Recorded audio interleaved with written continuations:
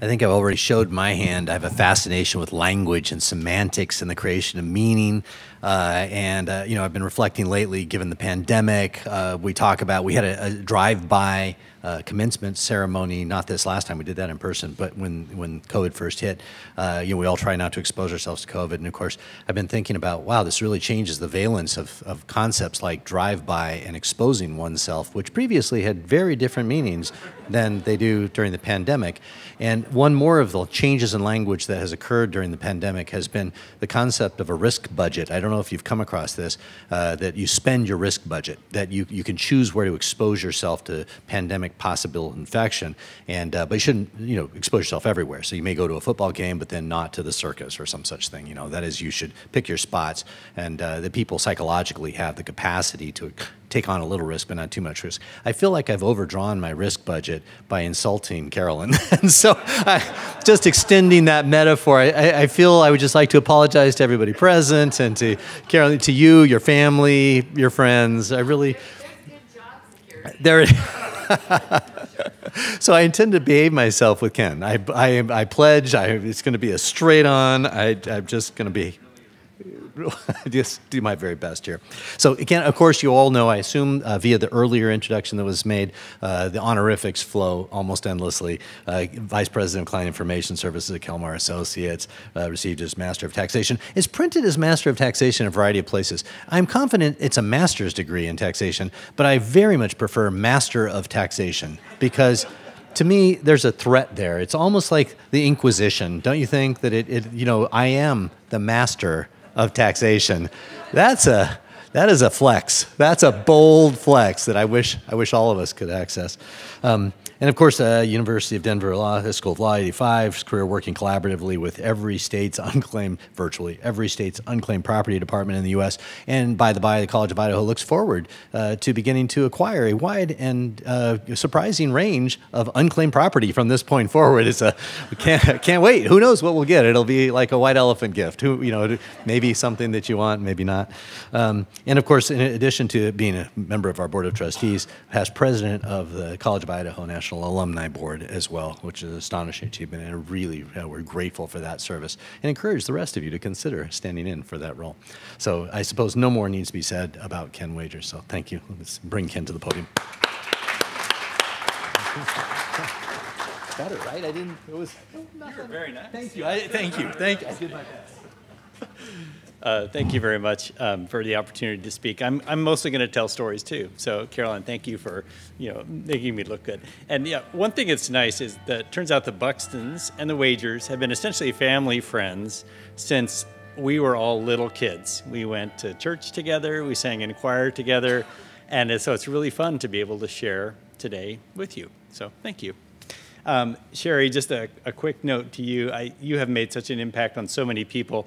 2 years ago, when the last one of these was, Jeff Miner spoke. Jeff Miner is also a PhD. I don't know exactly what he does. Yeah, I read his dissertation piece, and I couldn't tell you what he does. But he's all involved in drug research and has been actively involved in COVID. He made a couple of videos for the college to sort of explain how COVID worked, and it was really fun. The interesting thing about some of these college friends is we may remain friends forever. Jeff and I just got back from a week-long trip in Yosemite. We hiked the Grand Canyon of the Tuolumne Meadows, and it was like stepping back in time 30 years, like we had never been apart. So the college really builds that kind of community, but it builds a community in people like Caroline and Jeff, and I think of Carrie Colonisi as another friend of ours that have been just extraordinarily successful and have made an amazing impact on the whole world and the whole country. So thank you for letting me be part of that. So the Wagers family is deeply honored to receive the Heritage Award. Our family feels a very deep connection to the College of Idaho, and we have a large number of actually C of I graduates. And so John and Mary Wagers, 1957. I graduated in 84. We have three nieces, or three cousins, I guess, Mary and Megan and Matthew Blanksma, who are my dad's sister's daughter's kids. I don't know, I'm not exactly sure what they're, but they all went to the College of Idaho and they graduated in 01, 04, and 08. And Dave's wife, Jill, her grandfather graduated in 1934, Carroll Shelton, and played football for the college way back when. And we think there's a couple more, but the connection is, I've got to go look it up a little bit deeper. So I'd like to talk a little bit about some family history, because I think that's kind of the fun parts of how we got here, right? Mary and John were both first in their families to graduate from college. They were part of these first generation, the social mobility that David talked about is when education made a difference. They both graduated in 57. Mom moved from Mount Pleasant, Utah in 1953 to attend the College of Idaho. She made lots of friends and majored in English. Mom first met Dad at the beginning of her junior year at the College of Idaho in 1956. He was walking across campus towards Simplot Hall, and they hit it off.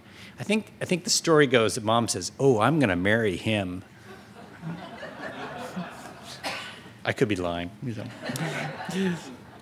One year, they both ran for the office of student body treasurer. Dad won, but Mom still liked him. It was okay.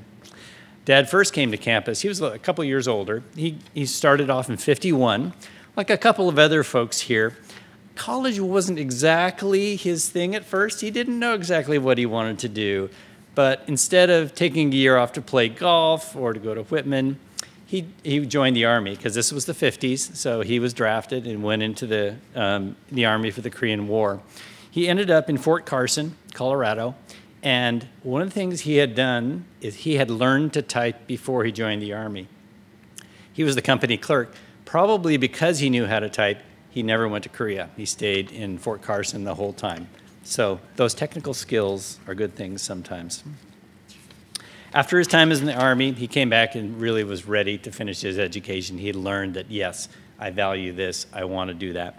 Much more motivated. He was in a business and accounting major. Mom and Dad married right after graduation, and they moved to Portland, Oregon. Mom started her teaching career in English and German at Washington High School, and Dad went to work for Shell Oil in the accounting department. They bought a cute little house and had their first son, Gary, right there. Mom thought they were all set. Not so.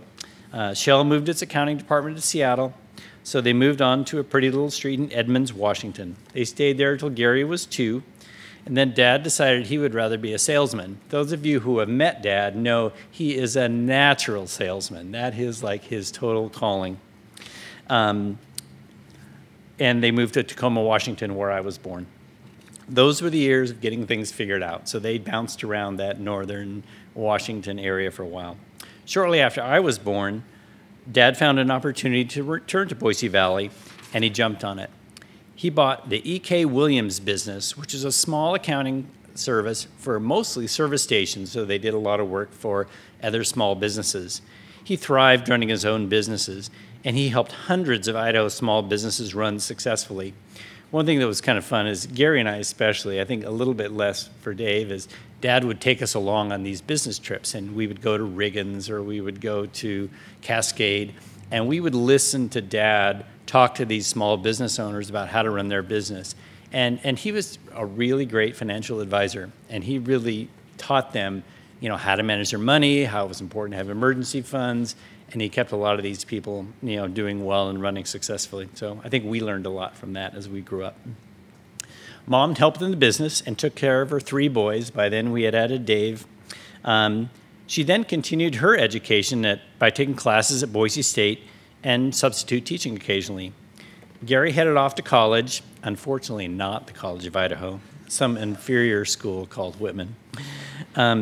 Dave and I were by then reasonably self-sufficient, if you could trust us alone. And Mom applied and was hired at Fairmont High School, or Fairmont Junior High, sorry, right across the street. She applied there, and she stayed teaching there for 16 years in English and reading, loved her teaching, and her students loved her. They still come up to her to today and say what a great teacher she was for all those kids. In '84, Dad decided to sell his accounting business and buy Idaho Candy Company. He knew nothing about making candy. I'm not sure he knew where the kitchen was in the house, but maybe, But he did know how to run a business, and he loved being the candy man. That was definitely his favorite thing in his whole career. He greatly expanded the business. He joined the National Wholesale Candy Association and later became president of the association. Mom and Dad had lots of fun running around the country and the world working with other candy companies.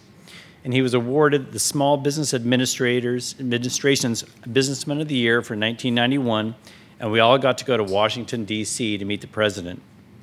Dave joined Idaho Candy later in 1991. He drew the short straw and continues to run Idaho Candy today. Mom and Dad loved basketball a lot. They loved the new court, which was brand new for them, and they bought 2 seats with season tickets. So they went to many games, hardly ever missing them. They brought Idaho Spuds with them, and those of you who went to games back in that era know that the cheerleaders threw those Idaho Spuds out to the crowd.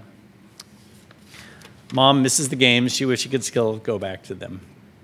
Dad was asked to be on the board of trustees, and he loved being on the board. And I'm thrilled to be following in his shoes and joining the board this year.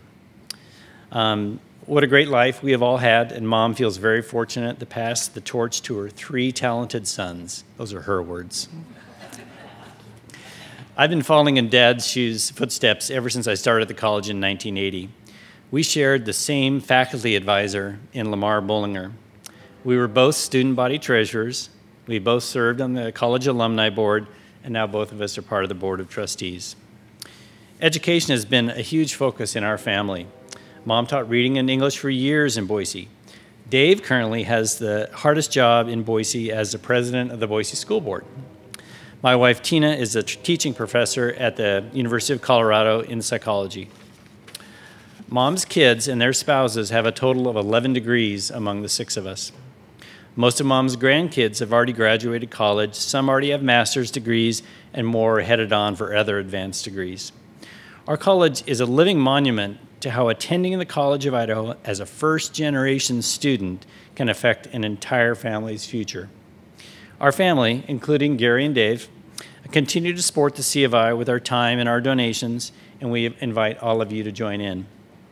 And as others have said, if you've got time, as you leave today, walk through the John Wagers Memorial Garden right there behind Strayhorn. We visit every time we come to the school and reflect on the impact that Mom and Dad have had on so many people's education. So thank you all for coming today.